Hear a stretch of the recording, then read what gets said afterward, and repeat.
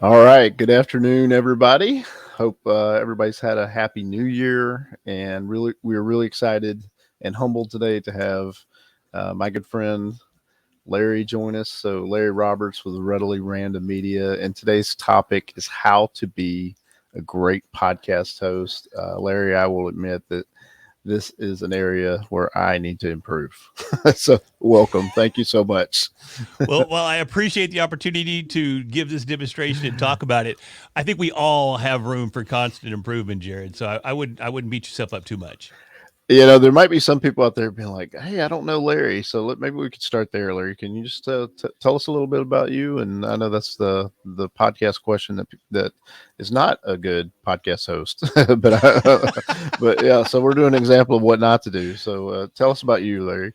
Yeah, well, again, my name is Larry Roberts. I'm the owner of Hmm. Readily Random Media and the host of You're the Boss. That's the name of my podcast. I've been in the game now for about 7 years. So it's been quite an interesting journey. I've gone through a couple of shows. The show that I have now, although I just rebranded it, it's probably, I don't know, a month and a half old under the new name. Hmm. So there's always that evolution and that growth, and I don't think you. Anytime you spend in the game, you're constantly evolving and you're constantly growing. So, but that's who I am. The story is a lot more in depth than that. You know, Jared and I, we've been friends for a while now, and heck, I've been a moderator on the Podcast Movement Facebook group for I don't know, at least 3 years. Been quite some time since I've been over there, and trying to tame that wild west. So it's always fun. It is the Wild Wild West. All right, well, Larry, I don't want to hold you back. Let's why don't we just go ahead and jump right in? No worries. I will go ahead and share my screen here. Okay. And we'll just get right to it. So, good afternoon, everybody. Thank you once again, Jared, for this awesome opportunity to join each and every one of you here in the Podcast Movement University. Super cool concept. And I got to tell you, when the invite went out, one of the first things I did was I went and watched every one of the episodes that's on the YouTube channel. So, I appreciate that content being there, and I appreciate those that have come before me to kind of lay that foundation and give you an idea of what's expected here in the university. So, once again, my name is Larry Roberts. We're going to talk today about how to be a great podcast host. We're talking about taking your technique beyond the mic. Now, again, I've been in this game about 7 years, but I constantly evolve. I constantly change, and I'm constantly learning. And I think that is the foundation of being an excellent host, is understanding that there's really no end to your evolution as a host. And as long as we keep that in mind, we continue to grow, our shows continue to evolve, and we continue to reach even bigger and broader audiences. So let's jump right in and talk about it. As a podcast host, we're faced with a challenge, and that challenge is to constantly improve our position as podcast hosts to create engaging, and here's the key word, I want to drive this one home, value driven content that attracts and, here's the kicker, maintains consistent listenership and builds community. That's one of the keys to our success as a podcast host, is to be able to build that community around our show. And that is so pivotal. And some of the things that we're going to talk about today are going to help you do exactly that. So within this challenge, there's really three key components that we need to look at. The first, it's making a great show. Well, what is a great show? That definition is, it's really up for debate. But the great show from my perspective is something that fulfills my needs as the host, but even more so fulfills the needs of my listeners and the community that I'm trying to reach overall. So a great show, it's subjective, but that's our goal. After we have that show, here comes the real challenge, and that's marketing that show. That is the biggest challenge. How do we get out there? How do we build that community? How do we reach that audience? We can do all of our homework and we can have all of our ducks in a row and produce the greatest show. But if we don't have a way to get that show out to our audience, it's kind of for naught. So marketing that show, definitely a massive challenge as well. And then last but not least, it's in third place, but it should be number one. And that once again is building that community. That's how we know that what we're doing is actually having an effect. We're making that impact that drives so many of us to be content creators and podcasters. So how do we solve that? In preparing for this talk, I was watching a ton of YouTube videos. I was reading a ton of articles on podcast hosting, and I stumbled across a Gary Vee episode. And actually, it was just a little 2.5 minute video. And someone asked him what it took to be a great podcast host. And man, I was watching this at about 11:30 one night, and I was already in bed. And I flew out of bed, came in here. I created this slide specifically for this presentation because it just hit home so hard. The solution to our challenge as podcast hosts is you basically take yourself out of the equation. You take all the selfish parts out, and you just build a podcast that actually brings, there's that word again, value. What is valuable for your audience, and how do you build that content around that V word, that value? How do you provide that value? That's the solution. But in order to get to that solution, there's an equation evolved in there, and I focused in on 8 specific steps that we can take, 8 different types of attention that we can give to our content that'll take our show to the next level. And we're going to talk about those 8 right here. First and foremost is appreciation. You know, many times we create the content and we just expect people to listen to it or consume the content. You know, we fall back on that old adage, if you build it, they will come. But I think too many of us have realized that just building a podcast does not guarantee an audience. So when we develop that audience and we build that community, we want to make sure that that audience knows that we appreciate the fact that they're contributing to our content by consuming it. So always, every episode, always thank your audience. I try to make it a habit of reinforcing the fact that I let my audience know that I wouldn't even have a show if it wasn't for them. So always thank your audience. Let them know that you appreciate the fact that they're taking the time out of their busy day to consume the content that you're passionately creating. Next up, demonstrate that appreciation through what? Value. Demonstrate that appreciation by constantly providing value. Don't just come in and give them some fluff. If you have a niche, if you have a particular market that you're addressing, be sure you're bringing content that is valuable for that audience and for that niche. Show that you appreciate your audience by giving them that value each and every time. Engage with your audience on social media. I got to admit, I'm one of the worst when it comes to this. Now, I belong to several different masterminds, and I've just joined a new one recently, and they were doing an evaluation of my social media and my content creation. And just 2 weeks ago, they scolded me because I'm the worst at Instagram. I'm nearly 50 years old, and I got to tell you, Instagram is still just kind of escapes me. I post from time to time, but not as consistently as I should. And they said, Larry, you're not responding to every comment on your Instagram post. You have to do that. Well, a week goes by, and I tried to do better, but I still failed miserably. And old Bert, he's the leader of the mastermind. He goes, man, I was watching your social media, and you didn't respond. You didn't engage with your audience. So you have to do that. So it's something that I still need to work on, but I think a lot of us out there could do the same thing. So always engage with your audience on social media. Speaking of our audience, let's talk about that. Operate from a position of, I keep reinforcing this word, value. Make sure that when you're working with your audience, you're working in a way that you're providing them with value each and every episode. Put yourself in their shoes. Don't just sit back and create the content and kind of assume that they're going to find value, but ask yourself, how is this content making my audience feel? Try to replicate their emotions or their emotional responses that they're going to generate from listening to or watching your content.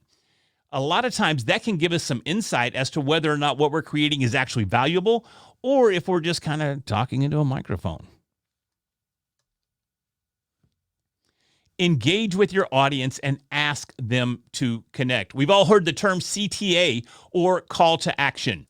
Be sure that you're engaging with your audience as the host to interact with you on social media, interact with you on your videos. If you're doing a live stream, be sure you're addressing that chat pane over there where people are asking questions, trying to interact. Make sure that you don't ignore your audience. I mean, they are the absolute key to our success as podcast hosts, so we want to make sure that they understand we appreciate that, reinforcing the previous slide, and the fact that we're there for them, providing them value once again.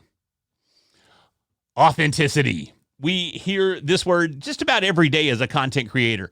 And it's pretty funny. A good friend of mine, Jeff Harry, if you don't follow Jeff, I highly recommend that you do. He is a play specialist or a corporate play specialist. He specializes in going into companies and making sure that it's not just all business up in there, but we put some play in there. We put some interactivity and some fun in the workplace, and I love that. And I'm talking about that because he just did a video, it was 2 or 3 days ago, where he was making fun of the fact that so many influencers and content creators are always talking about how authentic they have to be and how authentic they are. But during that authenticity, it feels awfully inauthentic at times. We have that Instagram persona. We have that LinkedIn persona where we're going in and we know we're talking to a particular audience. So we try to be authentic within the confines of that environment. But look, man, we really just have to be who we are. Be personal. One of the biggest mistakes that I made as an early on podcaster was that I wasn't personal. I literally hid behind the mic back here while my guest did all the work. Nobody wants to know about Larry. Nobody cares who I am. But guess what? They do care who you are. You're the host. They come back each and every week to consume your content because they're there for you. Granted, you provide great content and you provide great guests and they have tremendous input, but the only thing that's consistent in your show if you constantly have guests is you. So they're coming back for you. So make sure they know who you are. Avoid copycatting. This is the worst. I went through my Gary Vee phase where I thought for sure that I was the next Gary Vee. I went through my comedy phase where I knew I was the next great stand-up comedian. I copycatted all the time looking for my own identity, but I was never me. I was always copycatting someone else. Now, that's not to say that you don't look to others for guidance. People that have already kind of laid the foundation and they found success, take notes from those individuals, learn from those individuals, but don't copycat those individuals. Still be who you are. Be your true, authentic, personal self. Avoid faking emotion. Avoid it because people can see right through it. My wife and I used to be huge fans of Jerry Springer. We'd watch Jerry Springer every day. We'd even record it so we could watch it when we got home from the office. But what we would do is we would sit back and we would bet each other whether or not when those tears started flowing, if there was actually tears flowing. And 9 times out of 10, probably 99 out of 100, there was never any tears whatsoever. Everything there was faked. People can detect that fake emotion and they can see right through it. Not only will your audience see through it, but man, your guests will too. And that makes that extended conversation extremely awkward. So if you feel moved, by all means, share those emotions. Let people get to know you and know your emotional side, but don't fake it because they'll see right through it. Content. This is the big one. Content. We're always worried about content.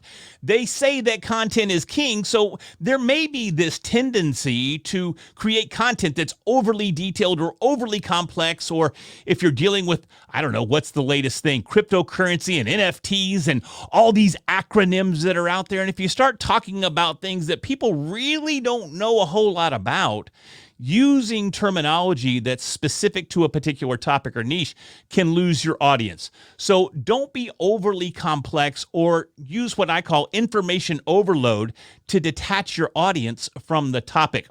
I like to keep it KISS simple.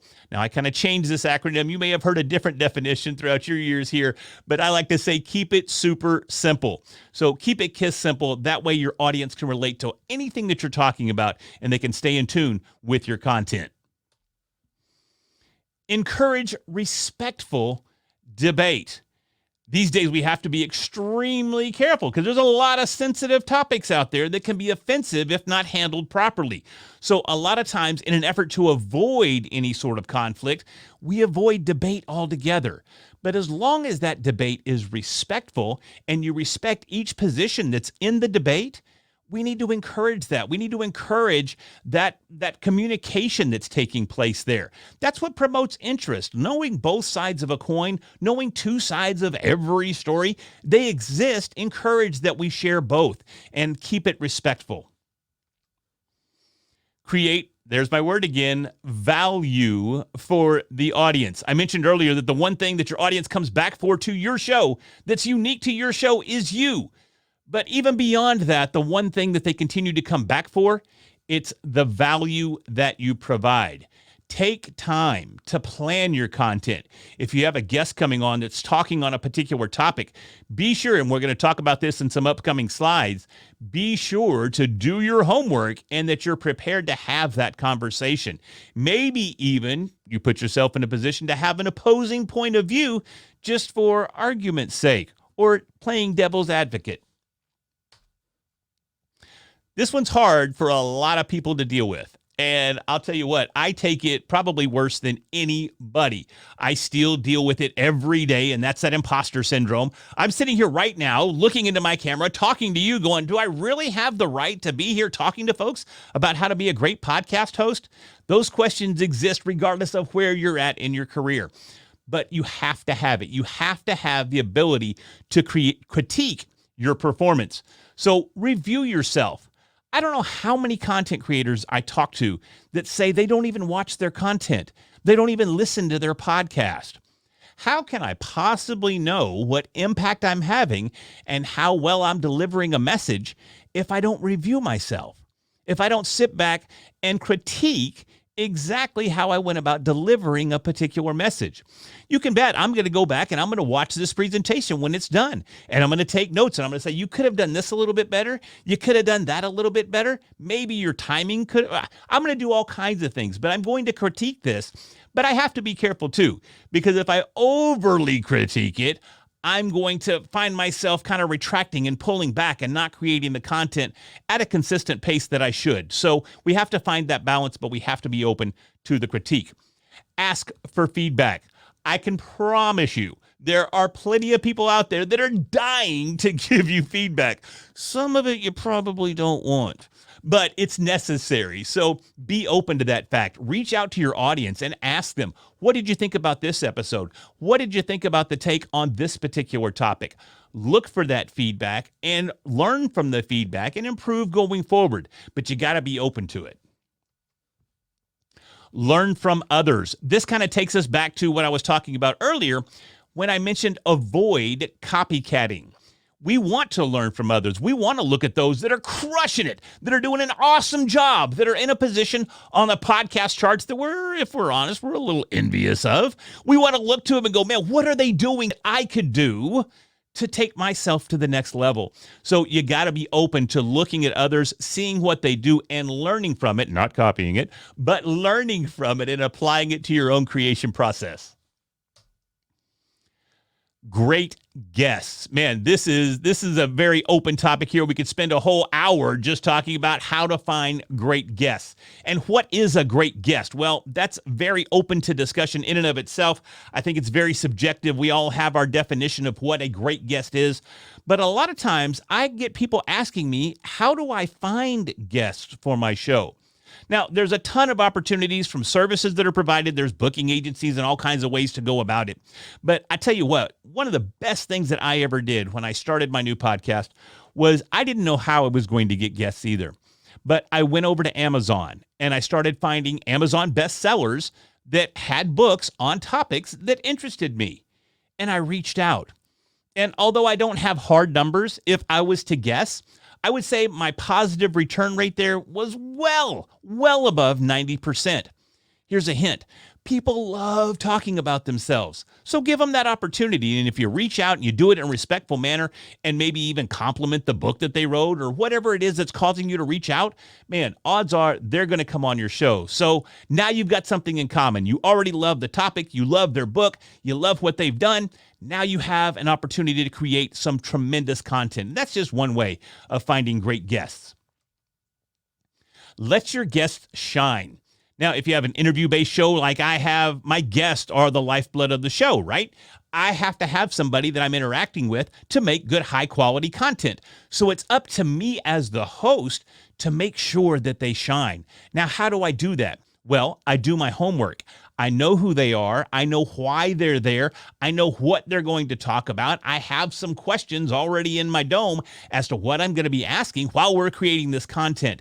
That puts me in a position to make sure that the spotlight is on my guest. I let them shine. I make sure that they understand too that I know why you're here, and I want to make sure that not only do we create great content, but we accomplish your goals as the guest on my show. Make your guests feel comfortable. Take a few minutes before you hit that record button and have a conversation. I love the fact that I do this because then I can kind of sound official on my podcast, and I can talk about, back when we were in the green room, we were talking about. Makes it sound so highly produced and so professional. But it's just something fun that I like to do. I wouldn't recommend doing that, actually. But it's fun to be able to reference back and have that time with your guest in the green room because it allows you to establish that relationship. It allows you to put them at ease. Let them know, hey, man, this isn't some sort of college exam. We're just going to have a conversation. It's just two people that share a passion for the same topic, and we're going to share this with the millions and millions of listeners that my podcast has. If you're lucky, you can say that. I can't say that. Know why your guest is there. I mentioned that just a minute ago. We want to make sure we understand their goals for coming on the show.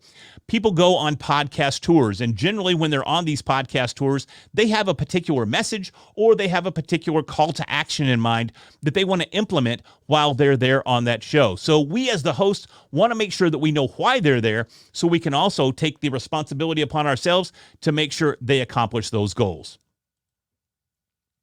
Now, this one's absolutely critical for every podcast host, and that is to prepare. Although it's not on the slides here, I like to use what I call my 7 Ps of podcasting success. You might want to jot these down if you're watching. Here it goes. Are you ready? Proper previous planning prevents poor podcast performance. I was always a huge fan of alliteration, and my English teacher, she loved it too, so it's just stuck with me all these years. So the 7 Ps of podcasting success all revolve around this one thing, and that's preparation. So do your research. Know what your episode is going to contain. Know who your guest is. Know their history. Know their story. Make sure that you got their bio before they even showed up on the show. That way you can talk about it and you can engage with them on a whole nother level. Know your subject matter. Once again, we can't fake it. We can't fake emotion, and we can't fake that we know something about a topic that we don't know anything about. If I was to talk to you about blockchain, I'm going to be lost. I know just enough to use the word, and that's barely as it is right there. So I couldn't fake my way through an episode. So we have to prepare ourselves and make sure that if we are talking about a topic that we're not 100% familiar with, we've done the homework and we're ready to go. Prep your guests. This is so critical as well. Nothing is more frustrating than when you have a guest show up, they don't have a microphone, you can hear the dog barking in the background. We're trying to produce a high quality piece of content here, and they're just not prepared. So take that time ahead of time, either by email or maybe you even have a prep call before you show up together for the episode. Walk them through the process. Tell them exactly what they'll need. Tell them to close their Outlook or whatever email provider they have so reminders don't pop up while they're doing their presentation and talking to you on your podcast. Put the dog outside for a few minutes, whatever you need to do. But prep your guests so that you put yourself in a position for the utmost success when you're creating this content. Now, as we start to kind of wrap this up, we want to start talking about the things that are absolutely critical. And these are the things that really focus in on us as the podcast host. Our timing and our technique are absolutely critical. Timing in regards to carrying a conversation. Having a conversation on the street, it's easy to do. It's something that we do every day, so it just flows naturally. But when you get in front of a microphone or you get in front of a camera and you start to have these conversations, and if you're anything like me, although I have a monitor going, I can't necessarily see my guests. They're right there in my peripheral because I'm staring into my camera. So having a conversation with a Canon logo as I look ahead and trying to have emotion and trying to exchange ideas can be very, very difficult. So your timing and your technique there are absolutely critical. So you want to focus on the content. That's first and foremost. You want to make sure, again, I can't drive this home enough, that it's value-driven content and that you're prepared to talk about it in a very detailed fashion. Not overly complicated, but detailed enough to reinforce the fact that you're somewhat of a subject matter expert in this particular niche. So focus on that content. Again, they say content is king. Well, we have to do the homework in order to make sure we have that content in a position that we can let it shine. Focus on the conversation. That's what we try to achieve. And if you look at some of the most successful podcasts that are out there, I'm not going to name drop any off the top of my head, but the ones that are super, super successful, what do? They just have conversations. It's either the host and the audience that they're talking to, or it's the host and the guest. And they're just relaxed. They're conversational. They're just talking about a topic or even multiple topics that are out there. Focusing on a conversation makes all the difference in the world. And one of the things, too, that can be very easy to do is lose that focus. You know, I tend to have squirrel syndrome, so I can get distracted pretty easy. So I have to make sure that as I'm having these conversations, I'm really tuned in and I'm really focused and I'm listening to every word of that conversation. That puts me in a position to not only control the direction that the conversation is going, but it allows me to respond in a way that's conducive to the content we're creating. Use stories. I try to use stories as much as possible, and this goes back to being personal. You know, every one of us have stories. We all exist. We all live life. We all have our own little encounters. We have our own quirks and quims that make up these stories that produced our life. So we need to share those stories. So when you have a guest on and you're talking about a particular topic, try to intertwine some stories in there to help others relate. I love the use of stories. That's what I engage with the most. If you just have somebody sitting here doing a presentation and not sharing stories, it's kind of hard to stay focused. But man, those stories, those are really engaging. Talk casually and once again, be personal. Who was it that, I think it was Randy Travis, and I'm dating myself here. I think he came out with an album way back in the 90s called Brilliant Conversationalist. And I thought that was a brilliant name for an album, even though I didn't listen to country music. I know my mom, she had it. It was a great album. Shoot, it might have been even in the 80s if I'm talking about my mom listening to it. So, but it was still just a phenomenal name, a brilliant conversationalist. I think that's a goal that each and every one of us should have, is to be able to be a brilliant conversationalist. Listening. This is a critical skill that so many of us overlook, is listening. Listen to not only the guest, but listen to your audience. What does your audience tell you that they want to see? What do they tell you that they want to hear? What do they tell you that they'd like to learn more about? Listen to your audience. But as a podcast host, it's also super, super critical to be listening to our guest as well. Very difficult to either redirect a conversation or stay focused on a conversation if we're not listening. And it can be very easy to get distracted, maybe even kind of drift off a little bit if the conversation is going a direction that you're really not interested in. But if we listen closely, we're going to have those opportunities to jump in and kind of redirect that conversation and get it focused back on the content that we want to create. This one's so critical. You know, when I came out of high school, one of the first things I did was I started selling cars. And I remembered my sales training back, it was probably 1991, because again, right out of high school. And one of the things they taught us as fresh new salespeople was to ask open-ended questions. These are questions that require more than a yes or a no answer. These are questions that have your guests giving you responses that create really compelling and engaging content, and it's something that they have to expand on. So they're going to be talking a little bit. This gives you the opportunity to re-engage the conversation or maybe even change topics depending on the response. Asking open-ended questions will carry an interview further than you would ever imagine, especially when you have somebody that constantly says, yep, no, yep, nope. That's not a great interview. No one wants to listen to that. So use those open-ended questions to make sure you avoid that. And lastly, we have to be able to improvise. We have to be able to pivot on the fly and take a conversation wherever it needs to go.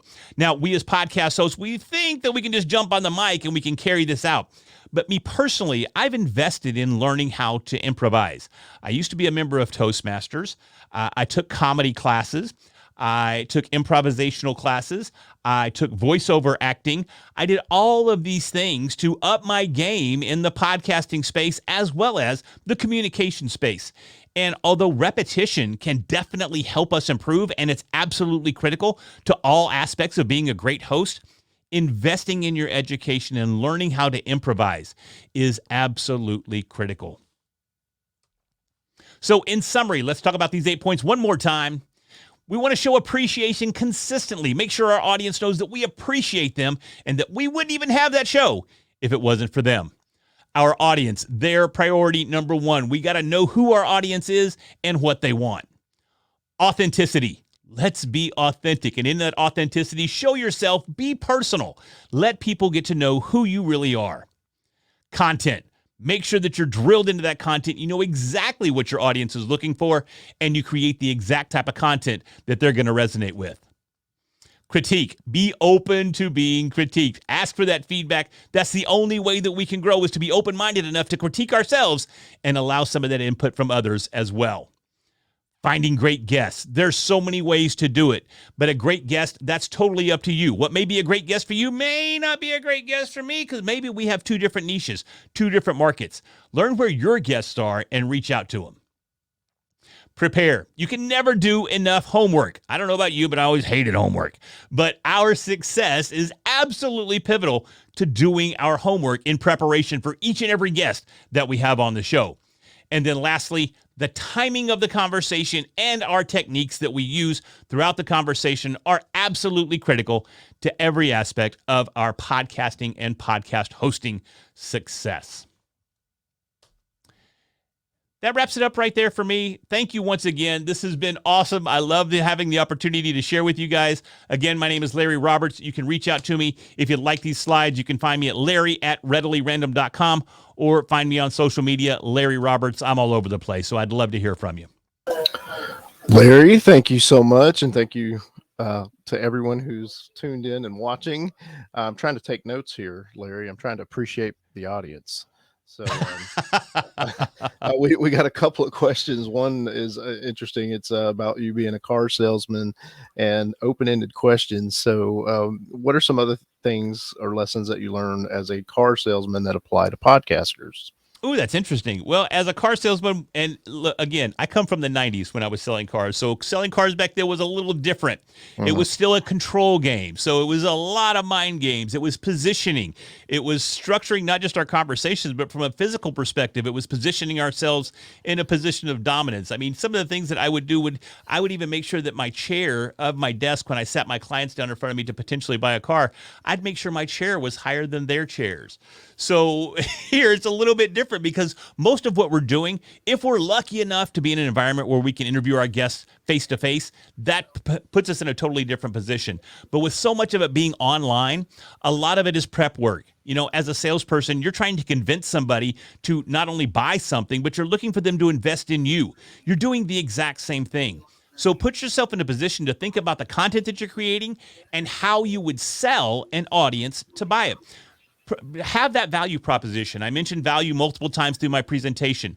Focus on that value and then demonstrating that value to the audience. Oh, well said. You also mentioned that you were in masterminds. Stacy wanted to know what's the benefit as a podcast host of that you've gained from being in your mastermind. This particular mastermind that I brought up where I got scolded, it's actually came out of a speakers boot camp. I went to a speakers boot camp a couple of months ago for stage speaking, because that's something that I do. I'm on stages quite a bit, and I'm always looking to grow and improve.